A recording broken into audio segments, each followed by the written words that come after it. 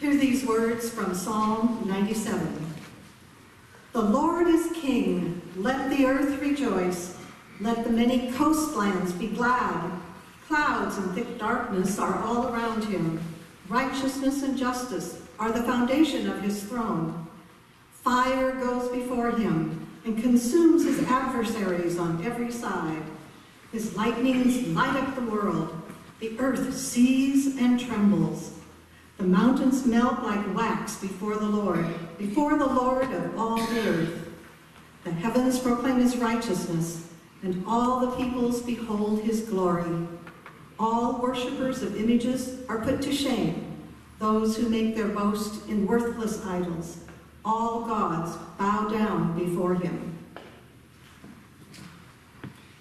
Second reading is a poem called The Powwow at the End of the World by Sherman Alexie, who is a Seattle-based poet descended from indigenous peoples of Spokane and Coeur d'Alene. I am told by many of you that I must forgive, and so I shall, after an Indian woman puts her shoulder to the Grand Coulee Dam and topples it. I am told by many of you that I must forgive, and so I shall, after the floodwaters burst each successive dam downriver from the Grand Coulee. I am told by many of you that I must forgive, and so I shall, after the floodwaters find their way to the mouth of the Columbia River as it enters the Pacific and causes all of it to rise. I am told by many of you that I must forgive, and so I shall, after the first drop of floodwater is swallowed by that salmon waiting in the Pacific. I am told by many of you that I must forgive, and so I shall, after that salmon swims upstream through the mouth of the Columbia, and then past the flooded cities, broken dams, and abandoned reactors of Hanford. I am told by many of you that I must forgive, and so I shall, after that salmon swims through the mouth of the Spokane River as it meets the Columbia, then upstream until it arrives in the shallows of a secret bay on the reservation where I wait alone. I am told by many of you that I must forgive, and so I shall, after that salmon leaps into the night air above the water, throws a lightning bolt at the brush near my feet, and starts the fire which will lead all the lost Indians home. I am told by many of you that I must forgive, and so I shall, after we Indians have gathered around the fire with that salmon who has 3 stories it must tell before sunrise. One story will teach us how to pray. Another story will make us laugh for hours. The 3rd story will give us reason to dance. I am told by many of you that I must forgive, and so I shall, when I am dancing with my tribe during the powwow at the end of the world.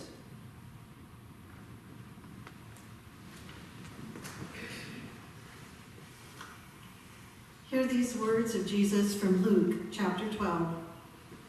When you see a cloud rising in the west, you immediately say, it is going to rain, and so it happens.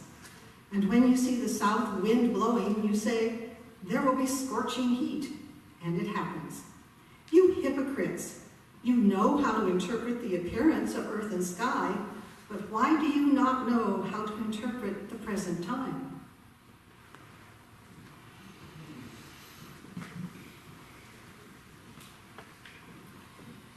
I need to start with an apology this morning. My sermon is not finished. I'm a last-minute person. It's not a good thing. It doesn't catch up with me very often, but this week it did.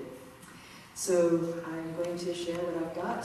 I take comfort in the fact that things that were going round and round in my head that I wanted to say would be equally appropriate next week when we turn our attention to fear, and indeed the week after that when we think about grief. But beyond anger. Climate activist Bill McKibben came to Seattle 2 weeks or so ago. He was on a book tour, and he told an auditorium full of us at the UW how 30 years ago, when he published his first book, he had a clear expectation of what was going to happen. People will read my book. They will understand that we need to stop what we're doing to the planet, and they will change, and then everything will be fine. I couldn't tell if he was angry as he began setting the record straight. Those 30 years, 70% of the sea ice has melted, the oceans are 30% more acidic. He said in those days we didn't even know to ask that question. The oceans were just so vast and so obviously stable. Nobody was thinking about that. He told us how the scientists had been right about all kinds of things they'd predicted, only they seriously underestimated the speed of the change. The planet is more finely balanced than we knew, he said. And then, was he angry? He unleashed a torrent of the bad news that was in that day's newspaper. Fires in California, droughts in Central America, cyclones in Mozambique, one after the other, strongest in their history, migration. Of course, there was good news too. Young Greta Thunberg, the 16-year-old Swedish activist, had spoken to the UK Parliament, and they had responded by declaring climate emergency. Surely that would accomplish something. And a new survey in our country ranked climate change as the #1 issue amongst Democratic voters who had been polled. But then he reminded us how 1 million Syrian refugees had poured into Europe over the last several years, how our systems struggled to cope with 1 million, and how the UN is now predicting something between 200 million and 1 billion climate refugees by the end of the century. I don't know if he was angry, or whether he's so used to sharing this information that it's just something he can do. But thinking about how we could have averted all of this if we'd only acted in time, that makes me angry. When Rachel Carson warned us about the dangers of pollution back in the 1960s, the nation woke up. It was President Richard Nixon who created the Environmental Protection Agency and signed the Clean Air Act, which is still one of the most far-reaching pieces of legislation guaranteeing air quality measures in the world. That was 1970. We were off to a good start. But then something insidious happened. Scientists employed by Exxon and Shell Oil reported back to their respective executive teams that carbon emissions from the burning of oil were contributing to something they called the greenhouse effect. Journalists have been digging through the archives, and they've uncovered some very telling memos. 1977, 1978, a doubling of the carbon dioxide concentration in the atmosphere would increase average global temperatures by 2 to 3 degrees Celsius, and as much as 10 degrees Celsius. Rainfall might get heavier in some regions, and other places might start turning to desert. Once the effects are measurable, they might not be reversible. Those are quotes from the late 1970s in oil company archives. Did the companies act? Yes, they did actually. They started building their new oil drilling platforms with higher depths to compensate for the sea level rise that they now knew was coming. And their public affairs manager recommended that, this was Exxon, emphasize the uncertainty of the scientific data about climate change. So beginning one of the biggest cover-ups in human history. You know the rest, how for every responsible scientist who tried to warn us, the media would find somebody to cast doubt on what that person was saying and give this other person equal time as though the truth were still up for grabs. Big oil money has opposed every initiative to move us to a clean energy future. And as McKibben told us in that auditorium 2 weeks ago, they have more money than God. As for the public at large, there are thousands who say that climate change is uncertain or natural, or that God would not let it happen. George Marshall, founder of the Climate Outreach and Information Center, wants to know, why are the people who say climate change is too uncertain to believe more easily convinced of the imminent dangers of terrorist attacks, asteroid strikes, or an alien invasion? It makes me angry. I can be angry closer to home, too. Last Thursday, I went to the North End Starbucks for my breakfast, as I often do. Sat down to a guy who's one of the other regulars there. And as I got out my books, he asked me what I was working on. I told him, climate change, sermons. He said, oh, you don't need to worry about that. He said, I read on the internet, the planet's just adjusting. It's going to be a bit dicey for a few years. The ice caps are melting, but then, once it settles down, the result is going to be that the whole world has a climate just like Seattle. I just looked at him. I said, that is total hokum. That's Roberta angry. Anger can be magnificent. Anger is fire. It's the flaming sword you can wield to decimate your enemies. It's the no, it's that no that just won't budge in the face of beautiful things being destroyed. It's energy against injustice. In its raw form, it's clumsy energy. It's energy for revenge, for violence. But in its more refined variant, it's energy for putting things right.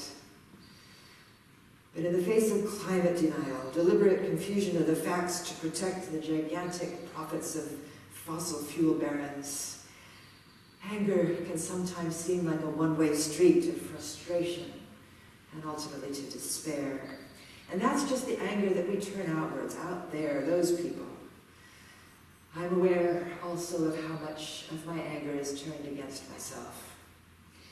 Those 30 years in which the crisis could have been averted are the 30 years of my adult life. The 30 years in which I made, 40 transatlantic flights, round trip? Went through how many computers, how many MP3 players, how many cell phones, used how much hot water, ate how much food imported from some far distant place. I've been a vegetarian since my teens, but that's about the only virtue I can lay claim to. That, and turning off the lights behind my poor husband as he moves from room to room around the house. It's a total miracle that he hasn't divorced me on that. I can disparage the fossil fuel industry, but very few people on this planet have learned more than I have. And anger like that feels horrible. It makes you bitter and cynical. It starts eating you up from the inside. With nowhere to go, it just makes you miserable. Together with everybody around you, make them miserable too. If you don't find a way to defuse it, it can make you sick. Two immediate alternatives present themselves. You can escape your anger by banishing it. Just forget about all this stuff. Ignore it. Avoid it. Don't talk about it. Pretend you don't know. Put your energy into things you can control. Tell yourself you'll be happier that way. Or you can unleash your anger. Take it out on the streets or into some boardroom. Throw it at somebody. Chain yourself to a pipeline. Run for president. Everybody else is. See what you can accomplish before you get burned out. Only there's a third way. This is where the sermon needs to go. We glimpsed this yesterday at the workshop that Helena led for us, where we looked straight into the suffering that distresses us and began working with our feelings. Helena gently shepherded us through distress to a calm place that at first some of us weren't too sure about. Our conscience wouldn't let us feel calm, remembering those polar bears shivering on their ice floes, or the people caught up in droughts or floods or fires, or the refugees receiving barbaric treatments at our borders. It's like what I tried to share with the children today. There are times when your very humanity requires you to say no, to stake your life on it if necessary. Who, in a world like that, has the right to feel calm? But Helena set us straight. She wasn't advocating quietism or apathy. She wasn't saying that the issues didn't matter. Quite the opposite. If we went numb, the exercise would have failed. Rather, she was showing us a place of clarity and power. When she called it being in the zone, I think we all got it. The penny dropped, we got it. There is an energy greater than our energy, a power greater than our power. It sings through the universe as love, calling new worlds into being. We know it through our experiences of love. Those times when the love flowing through us is so enormous we can barely hold it. We know it, the joy we feel in a purple mountain sunset, or a clear running stream, or looking into the soul of another creature. We know it through the flood of meaning we feel, giving ourselves for somebody else. This is what I was born for. And what I'm realizing and starting to get my head around is that we can also know it through our anger. When the hormones calm down, as Helena taught us, what's left is razor sharp and clear. These things happening around us are wrong. The exploitation, the ruined habitats, the soaring temperatures, the suffering of the poor, they are wrong. And now it isn't just me saying it, not just the 11 of us in the room. The great spirit of the universe felt that injustice before any of the rest of us, felt the pain, felt the outrage. And connecting with that, somehow I'm no longer in the country of lashing out and blasting people and getting more frustrated and then burning out. All that unhelpful, unhealthy anger stuff. Now I'm in a focused, determined place with lifetimes worth of staying power. Now I feel invincible. I don't have to generate the energy. It's there. I just have to open myself and let it flow through me. It's waiting, it's urgent.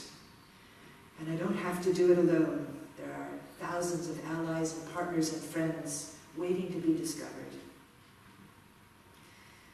One writer put it this way: however we describe it, most of us have at some point glimpsed a wondrous power beyond the mere observable mechanics of things, and we know it can work miracles. When we keep showing up in the next moment with openness, intelligence, positive expectancy, generosity, the desire to be of benefit, and the courage to throw ourselves into life completely, that's when we participate too. We don't often use the word miracle in this place, but if he's talking about outcomes that take what we offer and multiply the effectiveness 100-fold, then we're on familiar Christian turf. This is the God we know. That's where the script ends, but let me muddle on a bit longer. What if our church could be a channel for that energy? What might it be calling us to do together as a body, as a people, with others whom God would draw in to join our number? But more than that, what if we were a company of people who knew that power, but who each were making our own unique and appropriate responses to it? So I have some scribbles here. I just started making a list because we actually started this in the group this morning. Linda with the mesh bags she's making for us to buy our produce in the grocery store, and Hans with his wave machine, Jonathan with his installation project, and Cheryl with the meditations she's going to lead us in this summer, and Megan who made the logo for our series and turns these things to magic, and Aaron who's going to sing us out of our guilt into a place of forgiveness. There are so many expressions this energy can take, and we may each of us feel that our particular superpower doesn't matter very much, but add them together and it's something quite spectacular. And it strikes me that it's not something that's just the preserve of the young, the people who would say they feel energetic. It's much bigger than that. As long as we've got hearts to beat along with the heart of God, as long as we've got souls to feel the pain or to respond to the call, it's for all of us and very special. So, I guess what I want to say is, would it be okay if we finished the sermon together? If we took this away and each of us thought about it and what it might be saying to us and what we might be doing with it over the days and weeks ahead. Amen.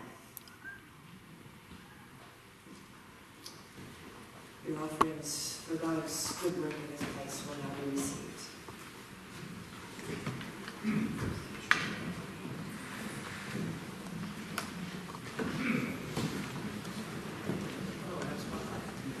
You see the pages